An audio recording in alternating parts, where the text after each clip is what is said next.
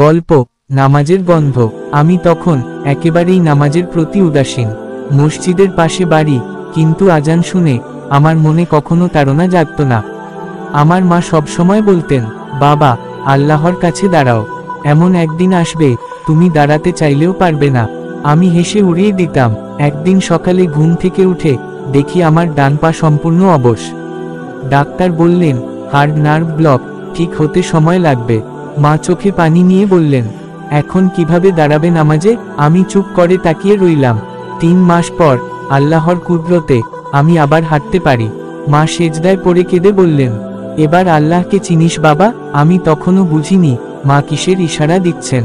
তারপর এক রাতে স্বপ্নে দেখি আমি এক অজানা গ্রামে। মানুষজন সবাই সাদা জামা পরা। তারা আমাকে বলল, এই গ্রামে যারা নামাজ পড়ে না তাদের জায়গা হয় না।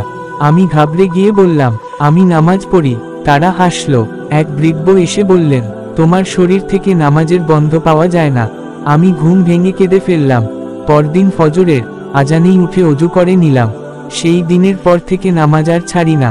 আর সবচেয়ে আশ্চর্য বিষয়, এখন আমি যেখানেই যাই কেউ না কেউ বলে বসে, ভাই, আপনার গা থেকে খুব পবিত্র এক ধরনের ঘ্রাণ আসে। শিক্ষণীয় বার্তা, নামাজ কেবল শরীরের নয়, আত্মার ইবাদত। নিয়মিত নামাজ আত্মাকে এমন ঘ্রাণে পূর্ণ করে যা দুনিয়ার নয়, আখিরাতের পরিচয় বহন করে।